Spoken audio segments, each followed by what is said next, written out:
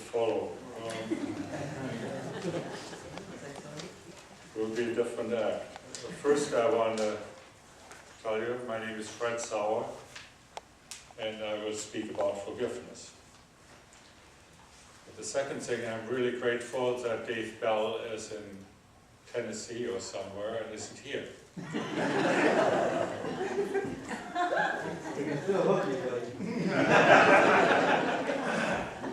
Because I'm not.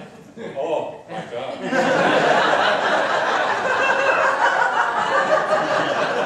The reason I'm happy Dave isn't here is that I'm not going to tell you anything new.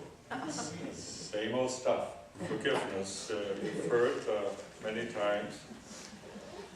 And Peggy reminded us that some great people have talked about forgiveness and written books about it. So when I was asked whether I wanted to speak, it was easy for me because forgiveness is such an important thing to improve life and to bring more joy into our lives. For us, not so much for the other person because they don't often care whether we forgive them or not. But there was a second question, why me? Why should I speak? Who am I to talk to you who you have for years and maybe decades created more insights, more knowledge, more wisdom into your lives. So who am I to speak about? Talk about something.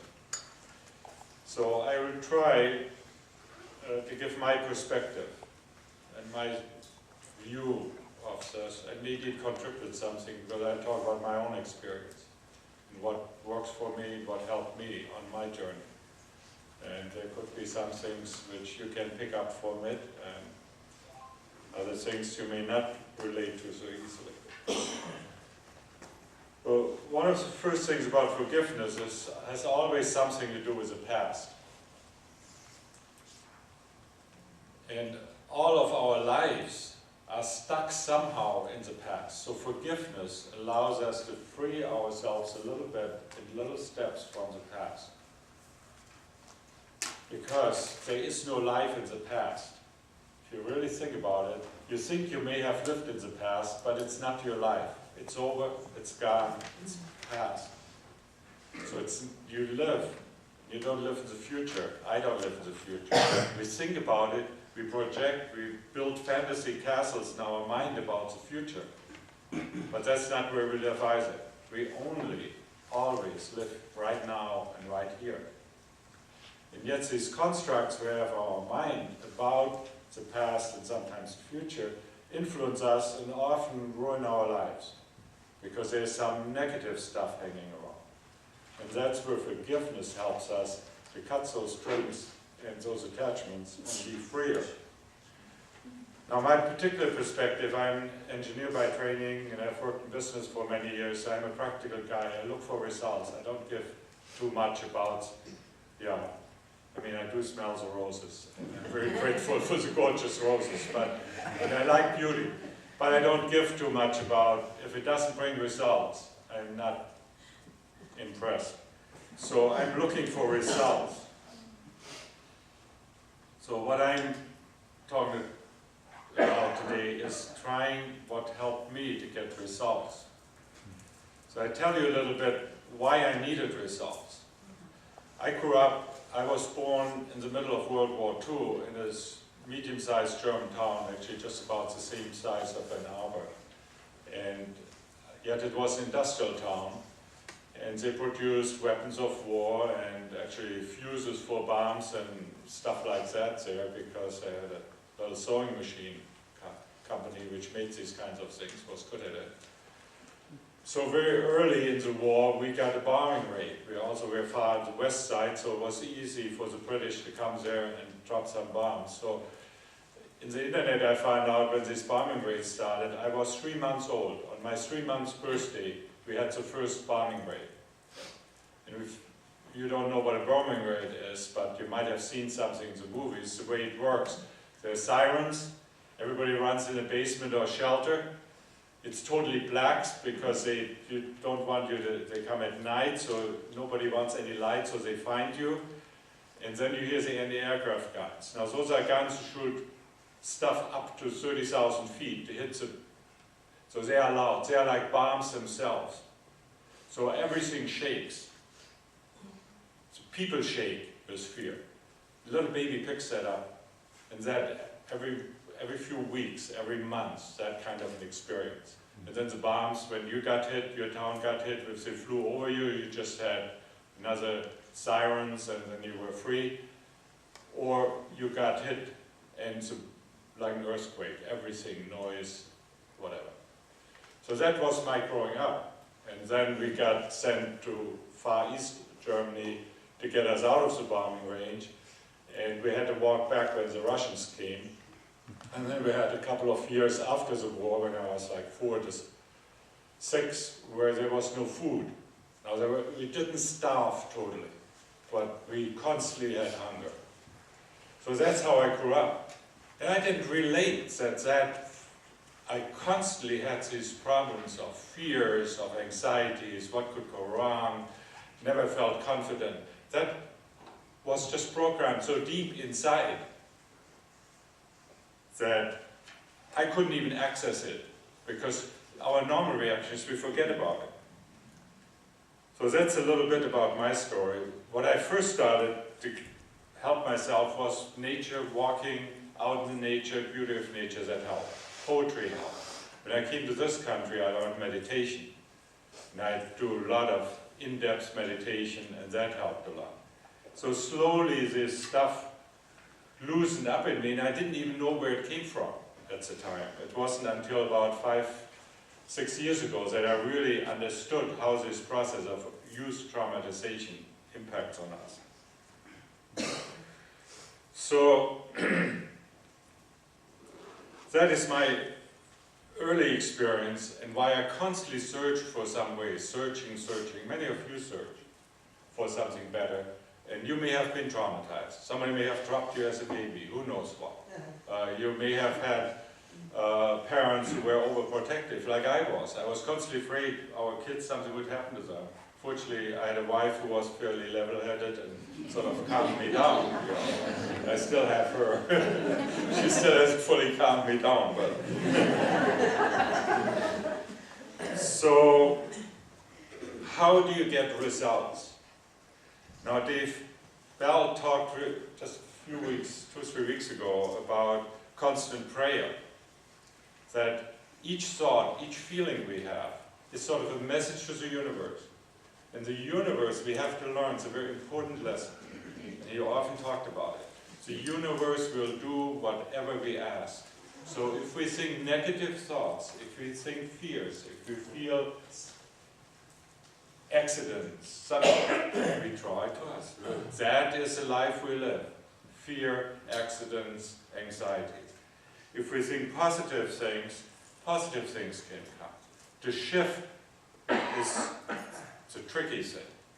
Annie wrote a nice little piece in the Inspire, our monthly newsletter here, which you can find on the internet. You know, she writes about there's no need to judge everything. Let go of your expectations for others. Respect other people's choices. What if their choices are not my choices? It's not that easy. She may be right, but that is a tough job. It is so tough because of the attachments we have from the past. Oh, I want this, I don't want that, you know. Whatever it is. So, how can we get out of this? So I'd like to just get an idea of where people are here, and it's a little experiment, and I'll just ask you the question, which percentage, roughly, how much of your dream, how much of your joy do you live every day in your day-to-day life? And I'd like you to all close your eyes, please. The reason is so we have privacy, and I forget, there's so many of you, I don't keep track. So if you please keep your eyes, and just for those of you who think they live less than 10% of their life in joy and live their dream 10% or less, please raise your hands. Oh, I'm shutting my eyes. Yes. And lower your hands. And about a quarter of the time, who lives? Okay. And about half the time, live in joy and bliss. And I think we need to eliminate that recording, part of the recording. Don't want to places. Okay. And more than half, maybe 60, 70% of the time, live in joy and bliss. Thank you. And who thinks they are sort of nearly there, 90% plus in joy most of the time. Thank you.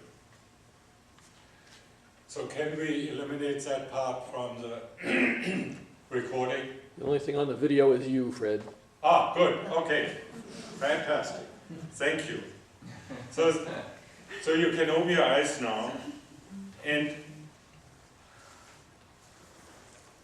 it's good to know that there is still a lot we can all share and grow and learn from each other. And there are some here who can really teach us a lot. And maybe they'll get a chance, maybe they just teach us by their presence, by the joy in their eyes, by the love in their heart.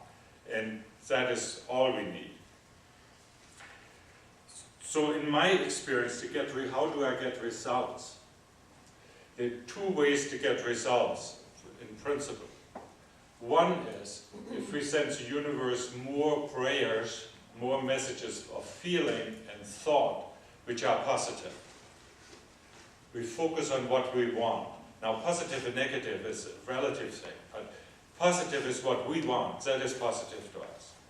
Yeah, nice, comfortable life, a healthy life, all of that.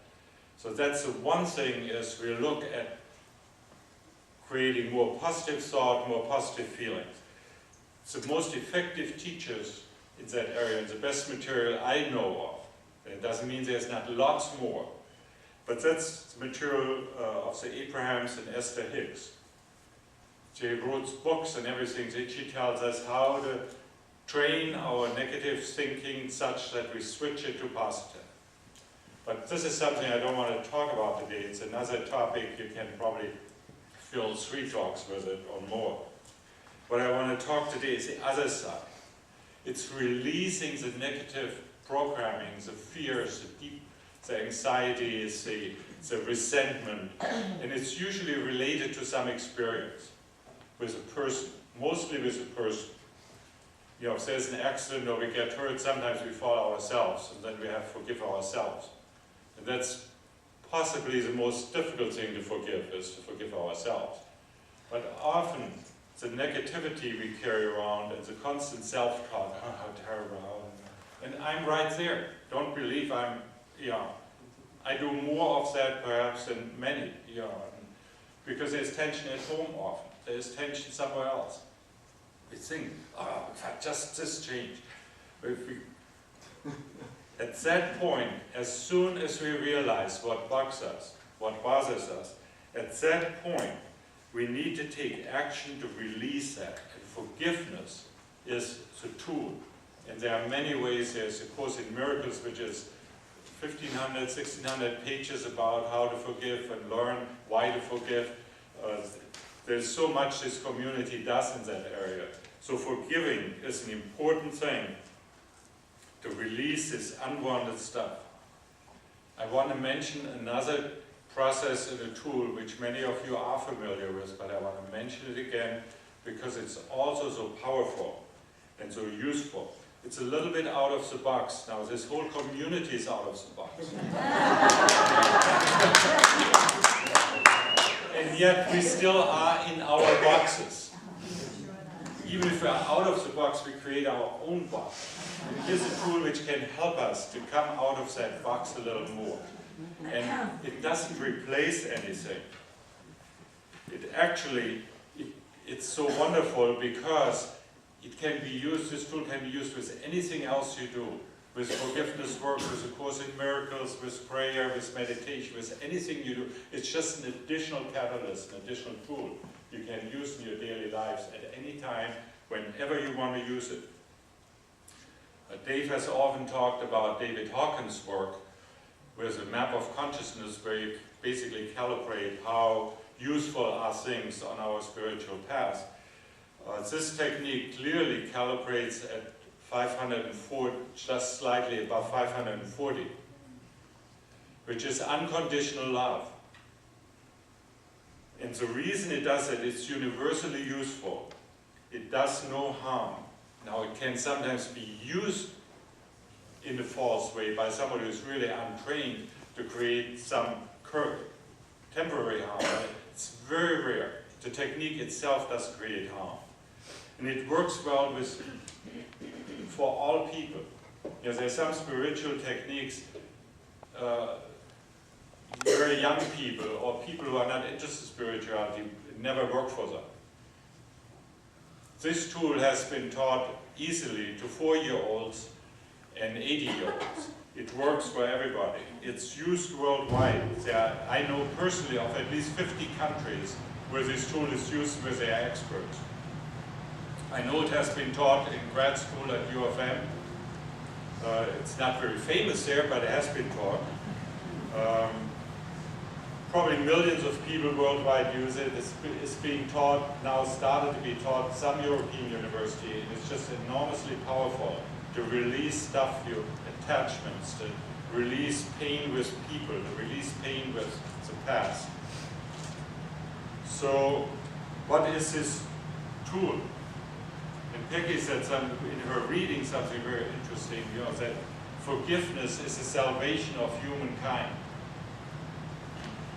And now I tell you something which I didn't really think of speaking about, but I think this tool, as it is such a powerful tool in forgiveness and releasing, can change humankind. We see already where people use it regularly, their life changes. So if this tool is used massively by thousands and millions of people, it can change life on Earth for the humankind. So what is this tool? So it's out of the box, here's the box, here we take it out, and it's meridian tapping. Bypasses the intellect because it relaxes our energy meridians. Don did a little bit of energy work with us, part of it, but meridian tapping is just simple tapping with the fingers on some key energy points of the acupuncture meridians. You learn that technique, you can become your own acupuncturist. Actually, there's a good friend of ours is an acupuncturist, has an office with several acupuncturists working in it. One evening, this lady was very, oh God, all the stuff which bothered her. We tapped 10, she didn't know about tapping. She had heard about it, she had never done it. We tapped for 10 minutes. She said, I can't believe it. She said, I cannot believe how this changed me from being distraught and irritated to being calm and relaxed. You can be that acupuncturist to do it for yourself. That's the wonderful thing with this technique. You take it, you do it for yourself. So, what better thing to do than give you a little taste of it? We can't do much, but we'll give you a little bit of a taste. How this automatic, mindless technique, you don't need your mind for it, can help shift stuff. So I ask you to pick a problem. Pick something which isn't too big. There's somebody who annoyed you. Maybe some people don't like the damn football game today. Maybe some people can't wait to get there and have to listen to me. You know, whatever it is. Pick something. Don't pick something really big. Don't pick that one problem which has haunted you your whole life. I will not pick a bombing attack, okay? Remembering that. So, and we measure it on a pain scale like in the hospital. The pain could be 1, which is barely noticeable. It could be 10, where tears stream down your face and you can't function. We don't want a 9, 10, or an 8 or something. Pick something which is like a 5 or 6 sort of the middle. It's an annoyance. It bugs you. Who has something like that? Who has something which is more than 7 or 8, something really high? So I would just caution you, we can't in 2 minutes here in a little demo to get a taste, we can't fix it, okay?